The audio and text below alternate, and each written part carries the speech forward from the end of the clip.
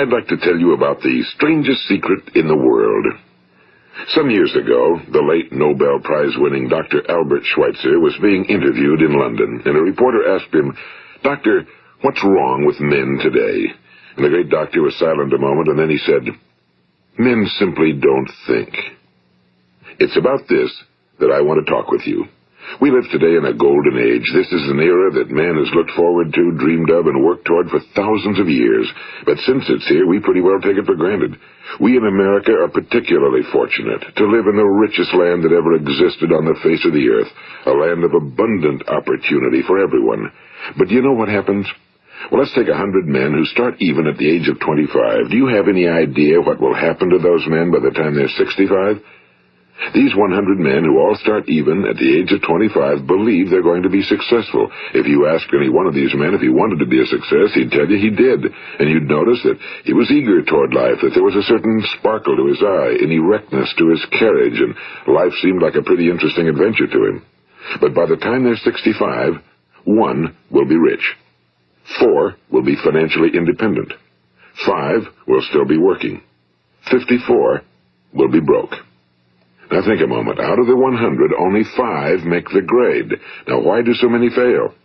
What has happened to the sparkle that was there when they were 25? What's become of the dreams, the hopes, the plans? And why is there such a large disparity between what these men intended to do and what they actually accomplished? When we say about 5% achieve success, we have to define success. And here's the best definition I've ever been able to find. Success is the progressive realization of a worthy ideal. If a man is working toward a predetermined goal and knows where he's going, that man is a success. If he's not doing that, he's a failure. Success is the progressive realization of a worthy ideal. Rollo May, the distinguished psychiatrist, wrote a wonderful book called Man's Search for Himself. And in this book he says, the opposite of courage in our society is not cowardice. It is conformity. And there you have the trouble today. It's conformity, people acting like everyone else without knowing why, without knowing where they're going. Now think of it. In America right now, there are over 18 million people 65 years of age and older. And most of them are broke. They're dependent on someone else for life's necessities. Now, we learn to read by the time we're 7. We learn to make a living by the time we're 25. Usually by that time, we're not only making a living, we're supporting a family. And yet by the time we're 65, we haven't learned how to become financially independent in the richest land that has ever been known. Why? We conform. And the trouble is that we're acting like the wrong percentage group, the 95 who don't succeed. Now, why do these people conform? Well, they really don't know. These people believe that their lives are shaped by circumstances, by things that happen to them, by exterior forces. They're outer-directed people. A survey was made one time that covered a lot of men, working men, and these men were asked, "Why do you work? Why do you get up in the morning?" 19 out of 20 had no idea. If you ask them, they'll say, well, everyone goes to work in the morning, and that's the reason they do it, because everyone else is doing it. Now let's get back to our definition of success. Who succeeds? The only person who succeeds is the person who is progressively realizing a worthy ideal. He's the person who says, I'm going to become this, and then begins to work toward that goal. I'll tell you who the successful people are. A success is the school teacher who's teaching school because that's what he or she wants to do. The success is the woman who's a wife and mother because she wanted to become a wife and mother and is doing a good job of it. The success is the man who runs the corner gas station because that was his dream. That's what he wanted to do. The success is the successful salesman who wants to become a top-notch salesman and grow and build with his organization. A success is anyone who is doing deliberately a predetermined job because that's what he decided to do deliberately. But only 1 out of 20 does that. That's why today there isn't really any competition unless we make it for ourselves. Instead of competing, all we have to do is create. You know, for 20 years, I looked for the key which would determine what would happen to a human being. Was there a key I wanted to know which would make the future a promise that we could foretell to a large extent? Was there a key that would guarantee a person's becoming successful if he only knew about it and knew how to use it? Well, there is such a key, and I've found it. Have you ever wondered why so many men work so hard and honestly without ever achieving anything in particular, and others don't seem to work hard and yet seem to get everything?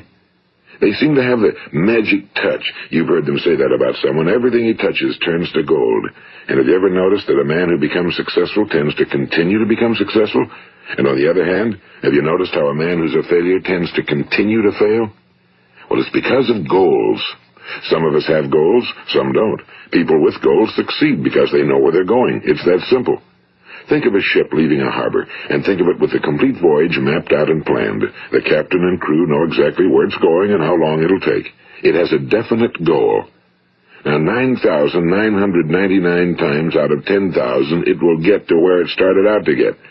Now, let's take another ship, just like the first, only let's not put a crew on it or a captain at the helm.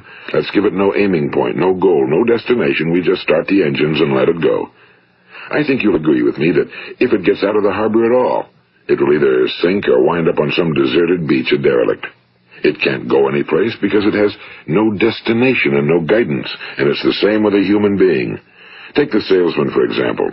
There's no other person in the world today with the future of a good salesman. Selling is the world's highest paid profession, if we're good at it and if we know where we're going. Every company needs top-notch salesmen, and they reward those men. The sky's the limit for them. But how many can you find?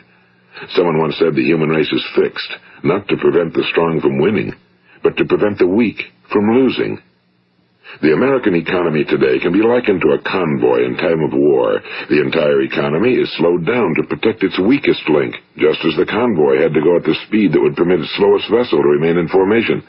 That's why it's so easy to make a living today. It takes no particular brains or talent to make a living and support a family today. So we have a plateau of so-called security, if that's what a person's looking for. But we do have to decide how high above this plateau we want to aim. Now let's get back to the strangest secret in the world, the story that I wanted to tell you today. Why do men with goals succeed in life and men without them fail? Well, let me tell you something which, if you really understand it, will alter your life immediately. If you understand completely what I'm going to tell you from this moment on, your life will never be the same again. You will suddenly find that good luck just seems to be attracted to you. The things you want just seem to fall in line, and from now on you won't have the problems, the worries, the gnawing lump of anxiety that perhaps you've experienced before. Doubt, fear, well, they'll be things of the past. Here's the key to success and the key to failure. We become what we think about. Now let me say that again. We become what we think about. Throughout all history, the great wise men and teachers, philosophers and prophets have disagreed with one another on many different things. It's only on this one point that they are in complete and unanimous agreement. Listen to what Marcus Aurelius, the great Roman emperor, said. A man's life is what his thoughts make of it. Disraeli said this. Everything comes if a man will only wait. I've brought myself by long meditation to the conviction that a human being with a settled purpose must accomplish it, and that nothing can resist a will that will stake even existence for its fulfillment.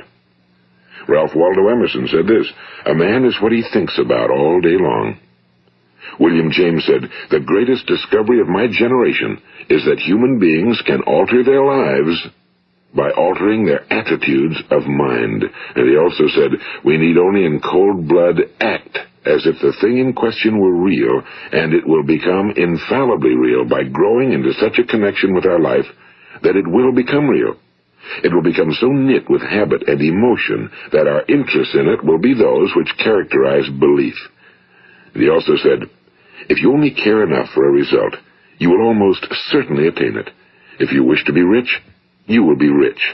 If you wish to be learned, you will be learned. If you wish to be good, you will be good. Only you must then really wish these things and wish them exclusively, and not wish at the same time 100 other incompatible things just as strongly. In the Bible, you read in Mark 9:23, if thou canst believe, all things are possible to him that believeth. My old friend Dr. Norman Vincent Peale put it this way, this is one of the greatest laws in the universe. Fervently do I wish I had discovered it as a very young man. It dawned upon me much later in life, and I found it to be one of the greatest, if not my greatest discovery outside of my relationship to God. The great law, briefly and simply stated, is that if you think in negative terms, you will get negative results. If you think in positive terms, you will achieve positive results. That is the simple fact, he went on to say, which is at the basis of an astonishing law of prosperity and success. In 3 words, believe and succeed. William Shakespeare put it this way: our doubts are traitors and make us lose the good we oft might win by fearing to attempt. George Bernard Shaw said, people are always blaming their circumstances for what they are. I don't believe in circumstances. The people who get on in this world are the people who get up and look for the circumstances they want, and if they can't find them, make them. Well, it's pretty apparent, isn't it? And every person who discovered this for a while believed that he was the first one to work it out. We become what we think about. Now, it stands to reason that a person who's thinking about a concrete and worthwhile goal is going to reach it, because that's what he's thinking about, and we become what we think about. Conversely, the man who has no goal, who doesn't know where he's going, and whose thoughts must therefore be thoughts of confusion and anxiety and fear and worry, becomes what he thinks about. His life becomes one of frustration and fear and anxiety and worry. And if he thinks about nothing, he becomes nothing. Now, how does it work? Why do we become what we think about? Well, I'll tell you how it works as far as we know. Now, to do this, I want to tell you about a situation that parallels the human mind. Suppose a farmer has some land, and it's good fertile land. Now, the land gives the farmer a choice. He may plant in that land whatever he chooses. The land doesn't care. It's up to the farmer to make the decision. Now, remember, we're comparing the human mind with the land because the mind, like the land, doesn't care what you plant in it. It will return what you plant, but it doesn't care what you plant. Now let's say that the farmer has 2 seeds in his hand. One is a seed of corn, the other is nightshade, a deadly poison. He digs 2 little holes in the earth and he plants both seeds, one corn, the other nightshade. He covers up the holes, waters, and takes care of the land, and what will happen? Invariably the land will return what's planted. As it's written in the Bible, as ye sow, so shall ye reap. Now remember, the land doesn't care. It'll return poison in just as wonderful abundance as it will corn. So up come the 2 plants, one corn, one poison. Now, the human mind is far more fertile, far more incredible and mysterious than the land, but it works the same way. It doesn't care what we plant. Success, failure. A concrete, worthwhile goal, or confusion. Misunderstanding, fear, anxiety, and so on. But what we plant, it must return to us. You see, the human mind is the last great unexplored continent on Earth. It contains riches beyond our wildest dreams. It will return anything we want to plant. Now, you might say, well, if that's true, why don't people use their minds more? Well, I think they figured out an answer to that one, too. Our mind comes as standard equipment at birth. It's free, and things that are given to us for nothing we place little value on. Things that we pay money for, we value. The paradox is that exactly the reverse is true.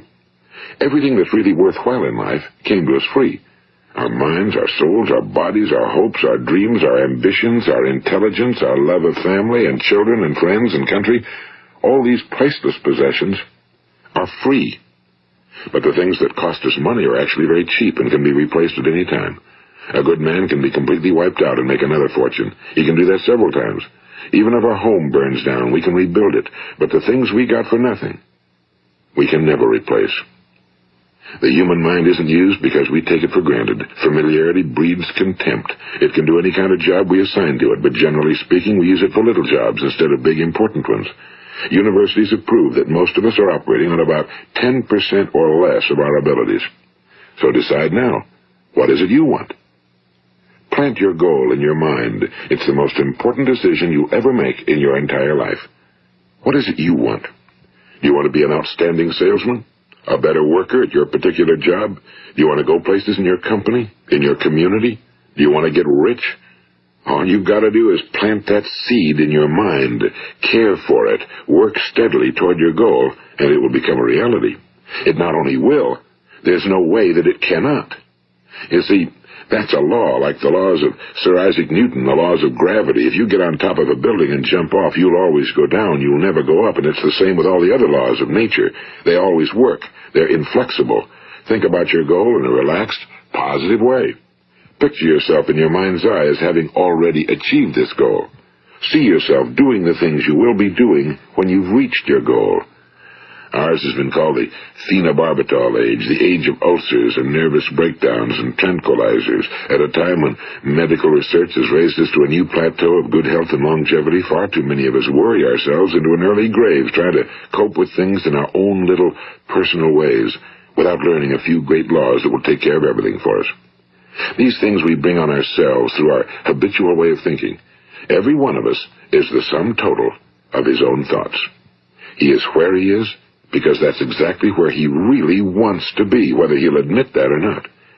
Each of us must live off the fruit of his thoughts in the future, because what you think today and tomorrow, next month and next year, will mold your life and determine your future. You're guided by your mind. I remember one time I was driving through eastern Arizona, and I saw one of those giant earth-moving machines roaring along the road at about 35 miles an hour with what looked like 30 tons of dirt in it, a tremendous, incredible machine, and there was a little man perched way up on top with the wheel in his hands guiding it. And as I drove along, I was struck by the similarity of that machine to the human mind. Just suppose you're sitting at the controls of such a vast source of energy. Are you going to sit back and fold your arms and let it run itself into a ditch? Or are you going to keep both hands firmly on the wheel and control and direct this power to a specific, worthwhile purpose? It's up to you. You're in the driver's seat. You see, the very law that gives us success is a two-edged sword. We must control our thinking. The same rule that can lead a man to a life of success, wealth, happiness, and all the things he ever dreamed of for himself and his family. That very same law can lead him into the gutter. It's all in how he uses it, for good or for bad. This is the strangest secret in the world. Now, why do I say it's strange, and why do I call it a secret? Actually, it isn't a secret at all. It was first promulgated by some of the earliest wise men, and it appears again and again throughout the Bible, but very few people have learned it, understand it. That's why it's strange, and why for some equally strange reason it virtually remains a secret.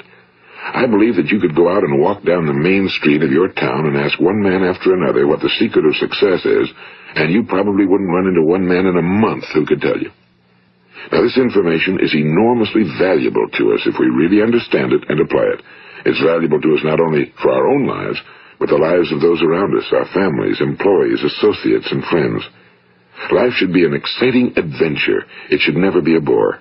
A man should live fully, be alive. He should be glad to get out of bed in the morning. He should be doing a job he likes to do because he does it well. One time I heard Grove Patterson, the great late editor-in-chief of the Toledo Daily Blade, make a speech, and as he concluded his speech, he said something I've never forgotten. He said, "My years in the newspaper business have convinced me of several things. Among them, that people are basically good, and that we came from someplace, and we're going someplace. So we should make our time here an exciting adventure. The architect of the universe didn't build a stairway leading nowhere." And the greatest teacher of all, the carpenter from the plains of Galilee, gave us the secret time and time again. As ye believe, so shall it be done unto you. I've explained the strangest secret in the world and how it works. Now, on this side, I want to explain how you can prove to yourself the enormous returns possible in your own life by putting this secret to a practical test. I want you to make a test that will last 30 days. It isn't going to be easy, but if you'll give it a good try, it will completely change your life for the better. Now, back in the 17th century, Sir Isaac Newton, the English mathematician and natural philosopher, gave us some natural laws of physics which apply as much to human beings as they do to the movement of bodies in the universe. And one of these laws is that for every action, there is an equal and opposite reaction. Simply stated, as it applies to you and me, it means we can achieve nothing without paying the price. The results of your 30-day experiment will be in direct proportion to the effort you put forth. To be a doctor, you must pay the price of long years of difficult study. To be successful in selling, and remember that each of us succeeds to the extent of his ability to sell. Selling our families on our ideas, selling education in schools, selling our children on the advantages of living the good and honest life, selling our associates and employees on the importance of being exceptional people. To, of course, the profession of selling itself. But to be successful in selling our way to the good life, we must be willing to pay the price. Now, what is that price? Well, it's many things. First, it's understanding emotionally, as well as intellectually, that we literally become what we think about, that we must control our thoughts if we're to control our lives. It's understanding fully that as ye sow, so shall ye reap. Second, it's cutting away all fetters from the mind and permitting it to soar as it was divinely designed to do. It's the realization that your limitations are self-imposed and that the opportunities for you today are enormous beyond belief. It's rising above narrow-minded pettiness and prejudice. And third, it's using all your courage to force yourself to think positively on your own problem, to set a definite and clearly defined goal for yourself, to let your marvelous mind think about your goal from all possible angles, to let your imagination speculate freely upon many different possible solutions, to refuse to believe that there are any circumstances sufficiently strong to defeat you in the accomplishment of your purpose, to act promptly and decisively when your course is clear, and to keep constantly aware of the fact that you are, at this moment, standing in the middle of your own acres of diamonds, as Russell Conwell used to point out. And fourth, save at least 10% of every dollar you earn. It's also remembering that no matter what your present job, it has enormous possibilities, if you're willing to pay the price. Now let's just go over the important points in the price each of us must pay to achieve the wonderful life that can be ours. It is, of course, worth any price. 1. You will become what you think about. 2. Remember the word imagination and let your mind begin to soar. 3. Courage. Concentrate on your goal every day. 4. Save 10% of what you earn. And 5. Action. Ideas are worthless unless we act on them. Now, I'll try to outline the 30-day test I want you to make. Keep in mind that you have nothing to lose by making this test and everything you could possibly want to gain. There are 2 things that may be said of everyone. Each of us wants something, and each of us is afraid of something. I want you to write on a card what it is you want more than anything else. It may be more money. Perhaps you'd like to double your income or make a specific amount of money. It may be a beautiful home. It may be success at your job. It may be a particular position in life. It could be a more harmonious family. Each of us wants something. Now write down on your card specifically what it is you want. Make sure it's a single goal and clearly defined. You needn't show it to anyone, but carry it with you so that you can look at it several times a day. Think about it in a cheerful, relaxed, positive way each morning when you get up, and immediately you have something to work for, something to get out of bed for, something to live for.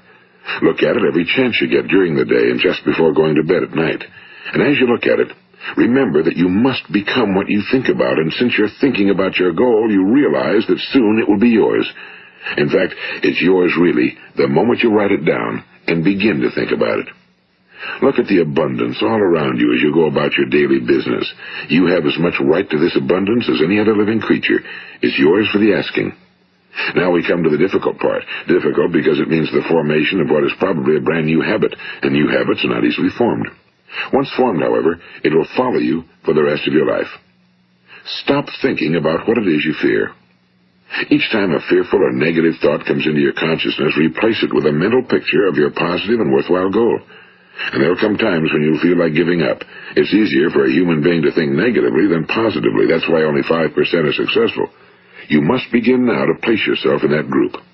For 30 days, you must take control of your mind. It will think about only what you permit it to think about. Each day for this 30-day test, do more than you have to do. In addition to maintaining a cheerful, positive outlook, give of yourself more than you've ever done before. Do this knowing that your returns in life must be in direct proportion to what you give. The moment you decide on a goal to work toward, you're immediately a successful person. You are then in that rare and successful category of people who know where they're going. Out of every 100 people, you belong to the top 5. Don't concern yourself too much with how you're going to achieve your goal. Leave that completely to a power greater than yourself. All you have to do is know where you're going. The answers will come to you of their own accord and at the right time. Remember these words from the Sermon on the Mount, and remember them well. Keep them constantly before you this month of your test. Ask, and it shall be given you. Seek, and ye shall find. Knock, and it shall be opened unto you. For every one that asketh receiveth, and he that seeketh findeth, and to him that knocketh it shall be opened. It's as marvelous and as simple as that. In fact, it's so simple that in our seemingly complicated world, it's difficult for an adult to understand that all he needs is a purpose and faith. For 30 days, Do your very best. If you're a salesman, go at it as you've never done before, not in a hectic fashion, but with the calm, cheerful assurance that time well spent will give you the abundance in return you deserve and want. If you're a homemaker, devote your 30-day test to completely giving of yourself without thinking about receiving anything in return, and you'll be amazed at the difference it makes in your life. No matter what your job, do it as you've never done it before for 30 days. And if you've kept your goal before you every day, you'll wonder and marvel at this new life you've found. Dorothea Brand, the outstanding editor and writer, discovered it for herself and tells about it in her fine book, Wake Up and Live. Her entire philosophy is reduced to the words, act as though it were impossible to fail. She made her own test with sincerity and faith, and her entire life was changed to one of overwhelming success. Now, you make your test for 30 full days. Don't start your test until you've made up your mind to stick with it. You see, by being persistent, you're demonstrating faith. Persistence is simply another word for faith. If you didn't have faith, you'd never persist. If you should fail during your first 30 days, by that I mean suddenly find yourself overwhelmed by negative thoughts, you've got to start over again from that point and go 30 more days. Gradually, your new habit will form until you find yourself one of that wonderful minority to whom virtually nothing is impossible. And don't forget the card. It's vitally important as you begin this new way of living. On one side of the card, write your goal, whatever it may be. On the other side, write the words we've quoted from the Sermon on the Mount. Ask, and it shall be given you. Seek, and ye shall find. Knock, and it shall be opened unto you. Nothing great was ever accomplished without inspiration. See that during these crucial first 30 days, your own inspiration is kept at a peak. And above all, don't worry. Worry brings fear, and fear is crippling. The only thing that can cause you to worry during your test is trying to do it all yourself. Know that all you have to do is hold your goal before you. Everything else will take care of itself. Remember also to keep calm and cheerful. Don't let petty things annoy you and get you off course. Now, since making this test is difficult, some will say, why should I bother? Well, look at the alternative. No one wants to be a failure. No one really wants to be a mediocre individual. No one wants a life constantly filled with worry and fear and frustration. Therefore, remember that you must reap that which you sow. If you sow negative thoughts, your life will be filled with negative things. If you sow positive thoughts, your life will be cheerful, successful, and positive. Now, gradually, you will have a tendency to forget what you've heard on this recording. Play it often. Keep reminding yourself of what you must do to form this new habit. Gather your whole family around at regular intervals and listen to what's been said here. You know, most men will tell you that they want to make money without understanding the law. The only people who make money work in a mint. The rest of us must earn money. This is what causes those who keep looking for something for nothing or a free ride to fail in life. The only way to earn money is by providing people with services or products which are needed and useful. We exchange our time and our product or service for the other man's money. Therefore, the law is that our financial return will be in direct proportion to our service. Now, success is not the result of making money. Making money is the result of success, and success is in direct proportion to our service.